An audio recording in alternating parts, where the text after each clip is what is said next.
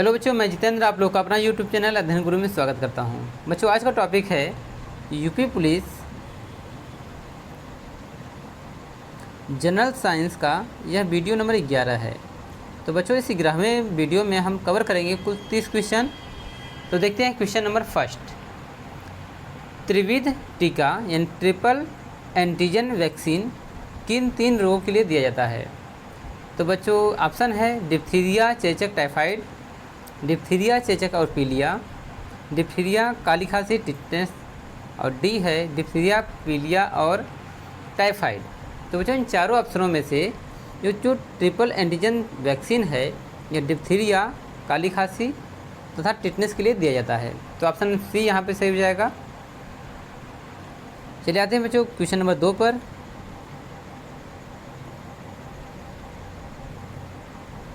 दूसरा क्वेश्चन है, निम्नलिखित में से कौन विद्युत का सुचालक है? तो विद्युत का सुचालक का मतलब होता है किसमें विद्युत प्रवाहित हो सकता है। अक्रिय कैसे? ऑप्शन बी वायु, सी प्लाज्मा और डी जल वाष्प। तो बच्चों, जो विद्युत का सुचालक है, पहली बात है अक्रिय गैसों में यह फ्लो नहीं करता है, वायु में भी नहीं करता है और जल वाष्प में भी नहीं करता है। तो रही बात विद्युत की सुचालक की बात, तो यह प्लाज्मा में करता है। अब बच्चों, प्लाज्मा स्टेट क्या होता है? तो प्लाज्मा स्टेट का है जैसे कि मान लीजिए कि अगर किसी भी मेटल को हम हाईएस्ट टेम्परेचर पर जो है गर्म करें तो इलेक्ट्रॉन जो है ना वो बाहर फ्लो होने लगते हैं, यानी देखने में बिल्कुल एकदम ऐसा लगेगा कि एनर्जी बाहर रिलीज हो रही है। जैसे जब कोई बल्ब जो है जलता है तो इसका फिलामेंट जो होता है ना टंगस्टन का होता है। टंगस्टन का जो गलनांक है वह 3300 डिग्री सेंटीग्रेड है। तो 3300 डिग्री सेंटीग्रेड पर जब इसमें हम विद्युत धारा अप्लाई करते हैं तो यह जो टंगस्टन का वायर है यह अपने चारों तरफ इलेक्ट्रॉन को ऐसा उत्सर्जित करता है कि वह एरिया प्लाज्मा स्टेट में चला जाता है। जब प्लाज्मा स्टेट में जाता है तो उसी समय हमें प्रकाश जो है बाहर आते हुए दिखाई देता है। तो प्लाज्मा स्टेट यानी कि लिक्विड फॉर्म में पहुंच जाते हैं उस समय तक। चलिए आते हैं क्वेश्चन नंबर 3 पर। तीसरा क्वेश्चन है, जिप्सम के सबसे विशाल भंडार देश के निम्नलिखित में से किन राज्यों में पाए जाते हैं? तो पहले जो जिप्सम का जो फार्मूला होता है वो होता है CaSO4.2H2O। यह है जिप्सम। तो इसका जो भंडार है कहाँ पाया जाता है? मध्य प्रदेश में, option B Rajasthan, option C Karnataka और ऑप्शन डी तमिलनाडु। तो बच्चों, जिप्सम का जो भंडार है वह राजस्थान के एरिया में बहुत ज़्यादा पाया जाता है। इसीलिए राजस्थान जो है संगमरमर के लिए और सीमेंट के लिए काफ़ी प्रचलित है, तो विख्यात है। तो ऑप्शन बी इसका सही हो जाएगा। चलिए आते हैं बच्चों क्वेश्चन नंबर 4 पर।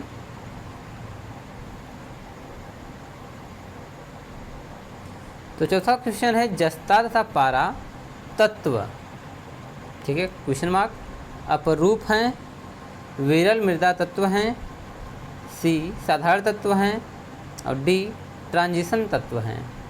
तो बच्चों, इसका सही ऑप्शन हो जाएगा ऑप्शन डी ट्रांजिशन तत्व हैं। तो जस्ता तथा पारा ये जो तत्व है ना ये ट्रांजिशन है।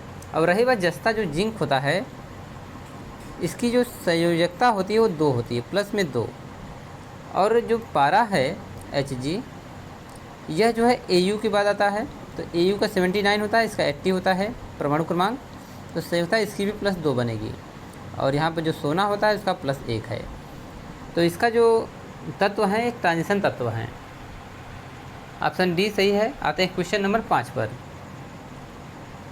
तो बच्चों, 5वां क्वेश्चन है, पौधों में जल एक महत्वपूर्ण घटक है जो भाग लेता है उत्स्वेदन में, ठंडा होने में, प्रकाश संश्लेषण में और डी श्वसन में। तो बच्चे, इसका सही आंसर हो जाएगा 5वें का सी, जल जो है एक महत्वपूर्ण घटक है और यह प्रकाश संश्लेषण में भाग लेता है। तो प्रकाश संश्लेषण में क्या क्या भाग लेते हैं? एक तो जल हो गया, दूसरा CO2 हो गया, तीसरा क्लोरोफिल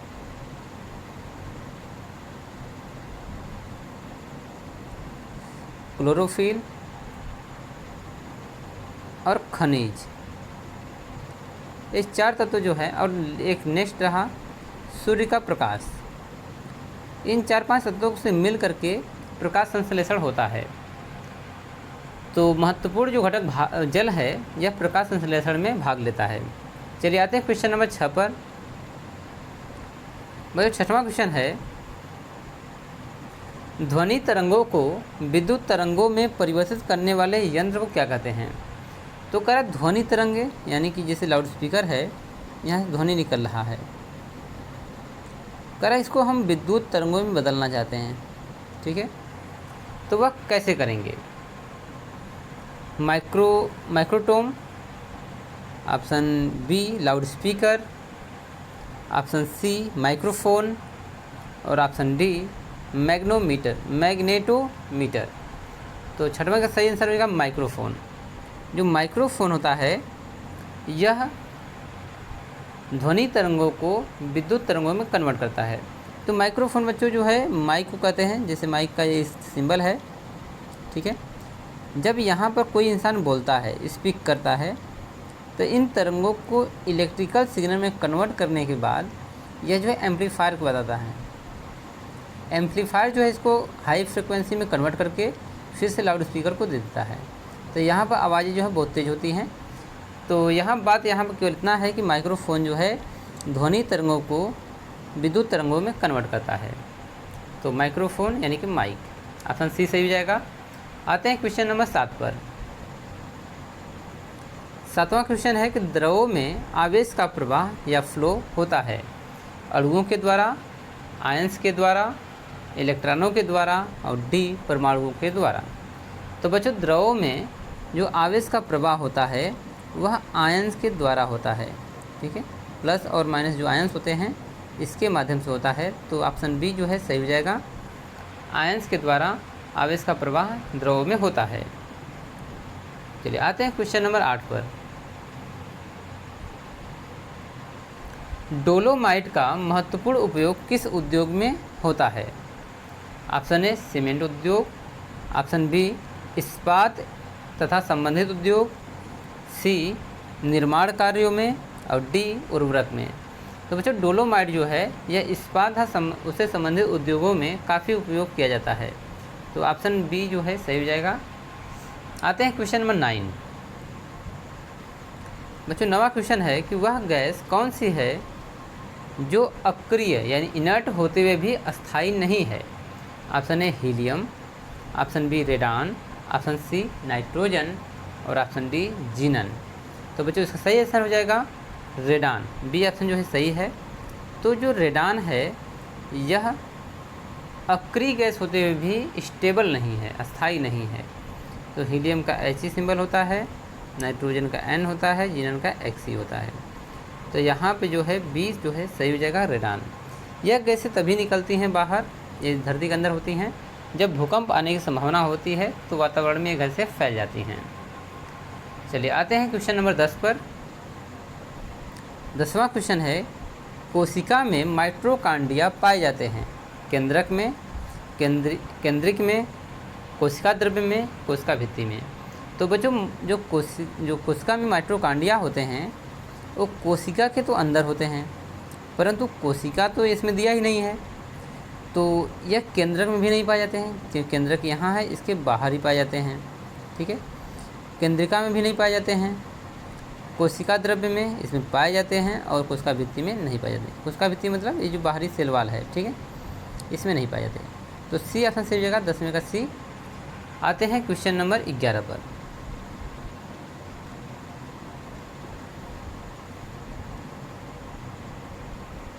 पौधों में प्रोटीन का संश्लेषण मुख्य रूप से होता है जड़ों में, पत्तियों में, तनों में, विभज्योतिकी यानी मेरिस्मेटिक तथा संग्राहक ऊतकों में।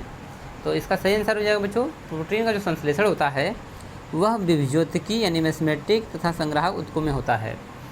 जो विभज्योतिकी होते हैं ना, ये पेड़ पौधों के पर पाए जाते हैं, यानी ऊपर और नीचे।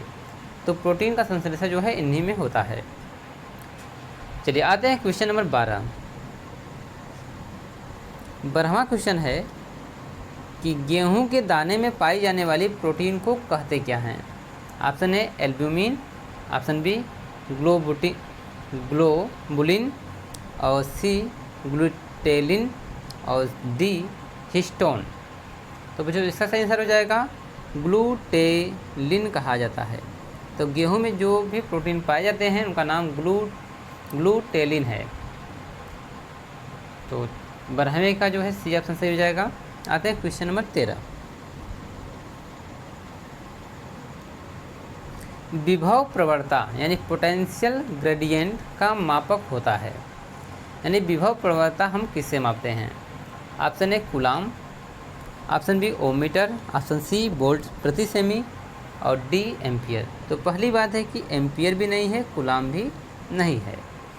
तो आते हैं वोल्ट मीटर भी नहीं, वोल्ट सेमी भी नहीं है। तो विभव प्रवणता का जो मात्रक है वह है ओम सेंटीमीटर, यानी ओम सेमी। ऑप्शन बी सही हो जाएगा। आते हैं क्वेश्चन नंबर 14। 14वां क्वेश्चन बच्चों है न्यूट्रॉन तथा प्रोटॉन की संख्याओं के योगफल को क्या कहते हैं? क्वांटम संख्या गलत, परमाणु संख्या गलत, एवोगाद्रो संख्या गलत। तो क्या हो जाएगा? द्रव्यमान संख्या। तो द्रव्यमान संख्या को हम ए से दिखाते हैं, न्यूट्रॉन प्लस प्रोटॉनों के योग को हम द्रव्यमान संख्या कहते हैं। और ए हम द्रव्यमान को ए से दिखाते हैं, न्यूट्रॉन को एन से और प्रोटॉन को पी से। आते हैं क्वेश्चन नंबर 15। 15वां क्वेश्चन निकोटीन पदार्थ किस पौधों में पाया जाता है? तंबाकू में, सिनकोना में, बेलेडोना में, स्पर्शगंधा में, सर्पगंधा में। यानी कि जो निकोटीन है ना एक नशीला पदार्थ है, तो यह जो है तंबाकू में सबसे अधिक पाया जाता है। ऑप्शन ए जो है 15वें का ए सही हो जाएगा। चलिए आते हैं क्वेश्चन नंबर 16। 16वां है पोलियो रोग किस वर्ग के रोगाणु द्वारा होता है? विषाणु से, जीवाणु से, कवक से, शैवाल से। तो यह तो न तो शैवाल से होता है, न कवक से होता है, न जीवाणु से होता है, यह होता है विषाणु जनित रोग है। तो पोलियो जो है यह विषाणु से होता है, यानी कि वायरस से होता है। चलिए आते हैं क्वेश्चन नंबर 17। 17वां क्वेश्चन है निम्नलिखित में से किस पौधे की जड़ों पर ग्रंथियाँ यानी नोड्यूल्स पाई जाती हैं? आलू में, टमाटर में, मक्का में, मटर में। तो बच्चों नोड्यूल्स जो होते हैं ना ये खासा फलीदार पौधों में पाए जाते हैं। तो यह आलू में नहीं पाए जाते हैं, या टमाटर में भी नहीं पाए जाते हैं, और न ही मक्का में। तो मटर की जड़ों में जैसे जड़ें हैं जिसमें गांठें पाई जाती हैं, और इसमें जो है राइजोबियम नामक जीवाणु होता है जो नाइट्रोजन का संश्लेषण करता है। तो यह मटर में पाया जाता है। तो डी ऑप्शन जो है सही हो जाएगा। चलिए बच्चों आते हैं क्वेश्चन नंबर 18 पर। कार्बोहाइड्रेट्स का निर्माण होता है CNO से, CHS से, CSP से, CHO से। तो कार्बोहाइड्रेट जो होता है यह भी एक ग्लूकोज का ही फॉर्म है, यानी कि C6H12O6। तो इसमें कार्बन है, हाइड्रोजन है और ऑक्सीजन है। तो यहाँ पर डी ऑप्शन जो है सही हो जाएगा। 18वें का डी सही है। आते हैं क्वेश्चन नंबर 19 पर। 19वां क्वेश्चन है टाइफाइड तथा पेचिस रोग फैलते हैं। तो टाइफाइड और पेचिस होने का रीजन क्या है? वायु से, ऑप्शन बी जल प्रदूषण से, ऑप्शन सी स्थलीय प्रदूषण से, ऑप्शन डी रेडियोधर्मी प्रदूषण से। तो बच्चों जो टाइफाइड है और पेचिस हैं यह जो है जल प्रदूषण से फैलता है। तो ऑप्शन बी इसका सही हो जाएगा। चलिए आते हैं क्वेश्चन नंबर 20वें पर।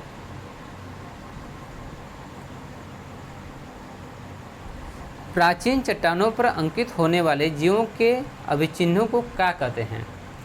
समजात अंग, समवर्ती संरचनाएं, जीवाश्म और अवशेषी अंग।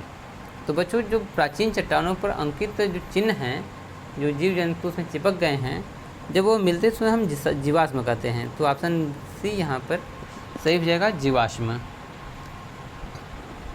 चलिए आते हैं क्वेश्चन नंबर 21 पर।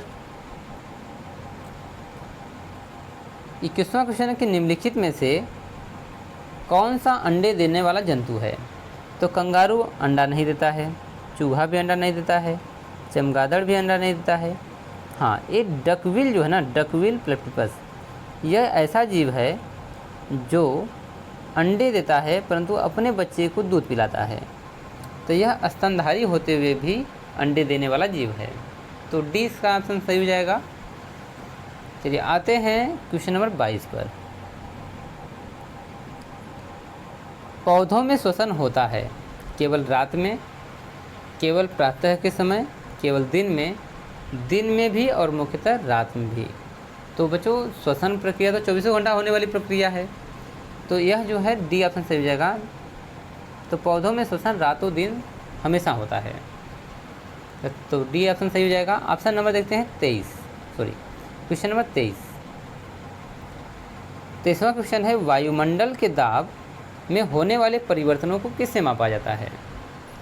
तो ऑप्शन ए है बैरोग्राफ द्वारा, ऑप्शन बी कैस्कोग्राफ द्वारा, और ऑप्शन सी बैरोमीटर द्वारा, और ऑप्शन डी सिस्मोग्राफ द्वारा। तो बच्चों वायुमंडल में जो दाब में परिवर्तन होने वाले परिवर्तनों को मापा जाता है वो मापा जाता है बैरोग्राफ द्वारा। तो ऑप्शन ए इसका सही हो जाएगा। चलिए आते हैं क्वेश्चन नंबर 24 पर। 24वां है, सघन खेती का संबंध किससे है? श्रम के सघन उपयोग से उपज, बी उर्वरक के सघन उपयोग से उपज, सी ऑप्शन है आयातित निवेशों के बड़े पैमाने पर उपयोग द्वारा उपज बढ़ाना, और डी मौजूदा भूमि के सघन उपयोग से उपज को बढ़ाना। तो 24वें का सही आंसर हो जाएगा डी, जो भूमि है उसमें उपज को बढ़ाने के लिए हम सघन खेती करते हैं। अब सघन खेती में होता क्या है, जैसे मान लीजिए कि आप अरहर की खेती कर रहे हैं, तो आप उसके अंदर जो है मूंग की खेती कर लिए, उसी के अंदर जो है बाजरे की खेती कर लिए, उसी मक्के की खेती कर लिए, यानी ऐसे 3-4 खेती आप कर सकते हो। और उसके बीच में आप मुर्गी पालन भी कर लिए खेतों में बाड़ लगा करके। तो इस प्रकार की खेती को हम सघन खेती कहते हैं, जिससे कि पैदावार बढ़े। चलिए आते हैं क्वेश्चन नंबर 25 पर। तो बच्चों 25वां क्वेश्चन है, ट्रक फार्मिंग क्या है? ऑप्शन ए व्यापारिक स्तर पर सब्जियों की कृषि, ऑप्शन बी व्यापारिक स्तर पर फलों की कृषि, और ऑप्शन सी व्यापारिक स्तर पर फूलों की कृषि, और ऑप्शन डी भारी संख्या में ट्रक संचालन करना। तो बच्चों इसका सही ऑप्शन हो जाएगा व्यापारिक स्तर पर सब्जियों की कृषि करना जो है ट्रक फार्मिंग कहलाता है। तो ऑप्शन ए जो है सही हो जाएगा। चलिए आते हैं क्वेश्चन नंबर जो है 26वें पर।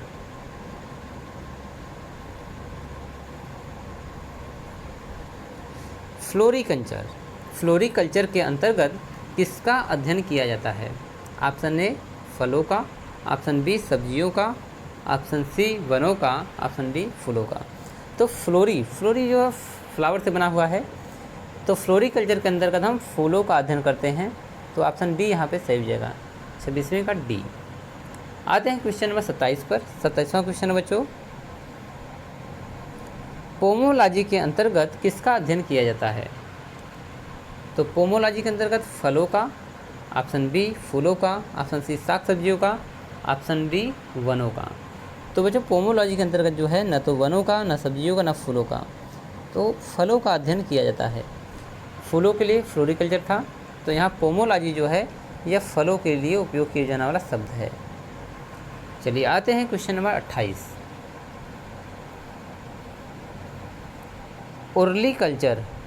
ओलरीकल्चर शब्द का संबंध किससे है? ऑप्शन ए सब्जी विज्ञान से, ऑप्शन बी पुष्प विज्ञान से, ऑप्शन सी फसल विज्ञान से, और ऑप्शन डी उससे होना चाहिए फल विज्ञान, यहाँ फल कर लीजिए, ठीक है, फल विज्ञान से।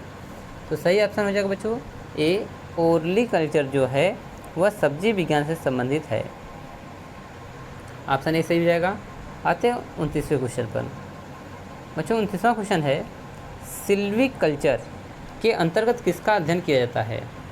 सिल्वीकल्चर, तो ऑप्शन ए फलों का, ऑप्शन बी फूलों का, ऑप्शन सी साग सब्जियों का, ऑप्शन डी वनों का। तो सिल्वीकल्चर के अंतर्गत हम वनों का अध्ययन करते हैं। तो ऑप्शन डी इसका सही हो जाएगा, वनों का अध्ययन सिल्वीकल्चर कहलाता है। चलिए आते हैं क्वेश्चन नंबर 30 पर। 30वां क्वेश्चन बच्चों, मोनोकल्चर एक विशिष्ट लक्षण है। मोनो माने एक होता है, कल्चर माने खेती करना। ऑप्शन ए स्थानांतरित कृषि व्यवस्था का, ऑप्शन बी आजीविका कृषि का, ऑप्शन सी व्यापारिक अनाज की कृषि का, ऑप्शन डी विशिष्ट बागवानी का। तो बच्चों मोनोकल्चर जो है ना स्थानांतरित कृषि का व्यवस्था का जो है एक विशिष्ट लक्षण है। तो इसमें स्थानांतरित कृषि का मतलब होता है जैसे मान लीजिए एक खेत है, तो एक प्लाट में आपने खेती किया, दूसरा खाली रखा, फिर आपने दूसरे में किया तो पहले खाली किया। तो स्थानांतरित कृषि का जो व्यवस्था है उसे हम मोनोकल्चर कहते हैं। तो 30वें का ए ऑप्शन से हो जाएगा। चलिए बच्चों आज के दिन जो है इतना ही, आगे का क्वेश्चन जो है हम कल देखेंगे। तब तक के लिए धन्यवाद।